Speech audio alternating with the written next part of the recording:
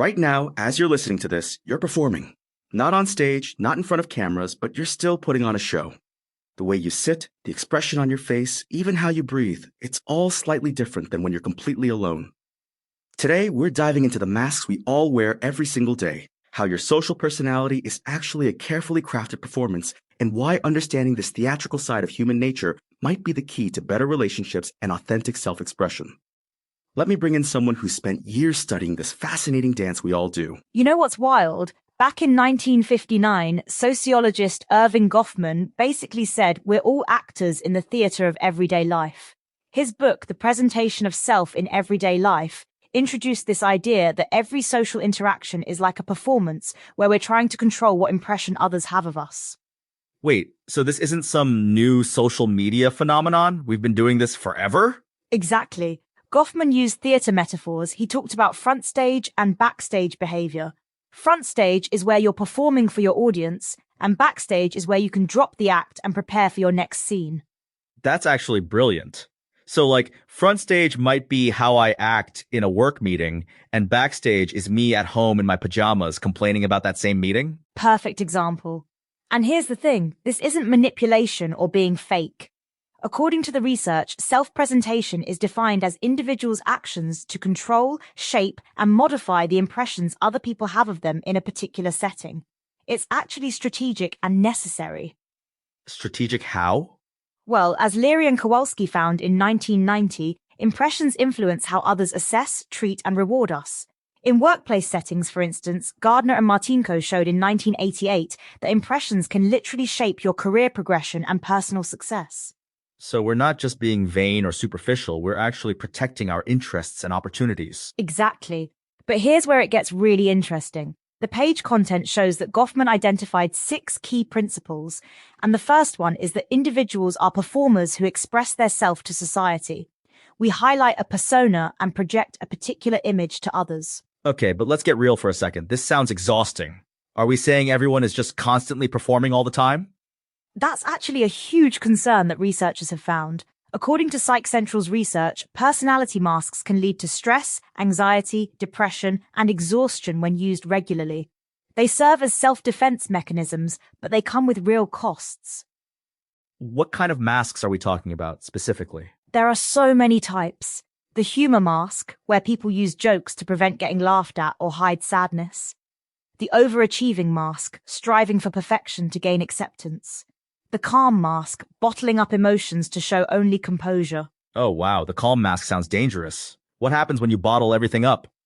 The research shows that when emotions have no place to go, people wearing the calm mask may eventually explode or become emotionally dysregulated. It's like a pressure cooker effect. And I'm guessing the overachieving mask has its own problems too? Absolutely. When self-esteem relies too heavily on being perfect, people internalize every mistake. The need for perfection can cause a constant state of anxiety. It's this endless cycle where you can never actually relax. This is making me think about social media. Has that changed how we perform these social personalities? Oh, social media has completely transformed this. According to recent research from 2024, social media have become a new context for adolescent identity development. But here's what's fascinating. It's not just about time spent online. What do you mean? A systematic review of over 19,000 adolescents found that active participation in social media, rather than the amount of time spent on it, was associated with more identity exploration. It's about what you do, not how long you're scrolling. That's actually surprising. I would have thought more time online meant more problems. Right? And here's the really counterintuitive part. Authenticity on social media, not idealized self-presentation, correlated with higher self-concept clarity. Being real online actually helps you understand yourself better. Wait, so the people posting perfect Instagram photos might actually be hurting their sense of self? The research suggests that, but there's a catch. Adolescents who engaged in comparisons on social media demonstrated higher levels of both identity exploration and identity distress. So comparison is this double-edged sword. Identity distress, that sounds serious. What does that look like? According to the research, it's when people feel disconnected from their true sense of identity. A study on masking found that all groups, autistic, neurodivergent, and neurotypical people, reported that masking made them feel disconnected from who they really are. So this affects everyone, not just certain groups? Exactly. The research shows that many aspects of masking are experienced across different neurotypes and are likely related to outside perceptions of difference and stigma. We're all managing how others see us to some degree. But here's what I'm wondering. Is this masking behavior something we learn, or is it just natural? Great question. Developmental studies show that this ability begins as early as preschool and becomes more developed with age. So we're literally learning to perform different versions of ourselves from childhood. That's kind of mind-blowing. So a 4-year-old is already learning to mask? Yeah, and it makes sense when you think about it. Kids learn pretty quickly that acting one way gets them in trouble, while acting another way gets them praise. They're figuring out the social rules. But there's got to be a line between healthy social adaptation and harmful masking, right? Absolutely. The research shows masking can be influenced by environmental factors like authoritarian parents, social rejection, and even abuse. When it becomes a trauma response rather than just social navigation, that's when it gets problematic. And I imagine some people don't even realize they're doing it? Exactly. The research on autistic masking found that for some individuals, masking behaviors are automatic. They may not even realize they're doing them. Though for others, it takes constant effort and conscious social monitoring. This is making me think about something. You mentioned earlier that Goffman's work was from 1959, but it sounds incredibly relevant today. Why is that? It's fascinating. The International Sociological Association actually listed his work as the 10th most important sociological book of the 20th century. And you know what's interesting? Shakespeare was referencing masking in fiction long before it was formally studied in psychology. So this has been a human thing forever. We just didn't have the language for it. Right.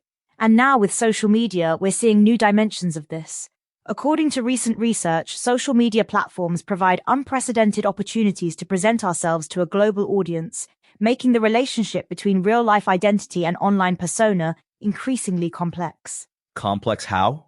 Well, some people find empowerment and self-expression through curating their online presence, while others experience a blurring of boundaries between their true self and the facade they create online. It's this constant tension. And then there's the validation aspect, right? The likes and comments and shares. Exactly. The research shows that the incessant pursuit of validation can lead to self-identity issues. It creates this cycle of comparison, self-doubt, and anxiety. People start disconnecting from their real life because they're so focused on the digital persona. But wait, didn't you say earlier that authenticity on social media actually helps with self-concept clarity? Yes, that's the key distinction. When people are authentic online rather than creating idealized versions of themselves, it actually correlates with better self-understanding. It's the difference between sharing your real thoughts versus performing perfection. So the problem isn't social media itself, it's how we use it? Exactly. The research found that it matters more for identity development what young people do on social media than how much time they spend on it. Quality over quantity. This brings up something I've been thinking about. If we're all performing to some degree, how do we know what's authentic? That's the million-dollar question. According to social psychology research, our behavior is contextual. It varies significantly based on the situation. So maybe authenticity isn't about being the same person everywhere, but about being genuine within each context. That's actually really freeing. So I can be professional at work and goofy with friends and both can be authentic? Absolutely. The research shows that social psychologists focus on how people interpret situations and how these interpretations influence their thoughts, feelings, and behaviors. Different situations call for different aspects of ourselves. But what about when the masking becomes harmful? How do we recognize that? Great question. The research indicates that when masking leads to feeling disconnected from your true identity, or when it causes stress, anxiety, depression, or exhaustion, that's when it's become problematic. It should enhance your life, not drain it. And I imagine there are ways to mask more healthily? The research suggests that understanding you're doing it is the first step. When you recognize that you're managing impressions strategically rather than unconsciously, you have more control over the process. You can choose when and how to adapt. So it's about conscious choice rather than automatic reaction? Exactly. And according to the research, this kind of conscious social navigation can actually be beneficial. It's when it becomes compulsive or trauma-driven that problems arise. This is making me think about social influence too. How much are we adapting based on what others expect versus what we want? That's huge. Research on social influence shows that individuals adapt their opinions, revise their beliefs, or change their behavior as a result of social interactions. We're constantly being shaped by the people around us, often without realizing it. And in our interconnected society, that influence is everywhere, right? Absolutely. The research shows that social influence plays a prominent role in phenomena like herding in cultural markets, the spread of ideas and innovations, and even the amplification of fears during epidemics. We're all influencing each other constantly. So when you step back from all this, what's the big picture? Are we doomed to be performers forever, or is there hope for authenticity? I think the key insight is that performance and authenticity aren't opposites. The research shows that we can be genuine while still adapting to different social contexts. It's about conscious choice and understanding why we're doing what we're doing. And recognizing that everyone else is doing it too, which might make us more compassionate? Exactly. When you understand that everyone is managing impressions and navigating social expectations, it becomes less about judgment and more about understanding the human experience.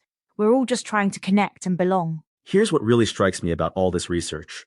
We're not broken for wearing masks. We're human. The theater metaphor that Goffman used back in 1959 isn't about deception, it's about adaptation. Every day, you're making choices about how to present yourself, and now you know that's not only normal, it's necessary for navigating our complex social world.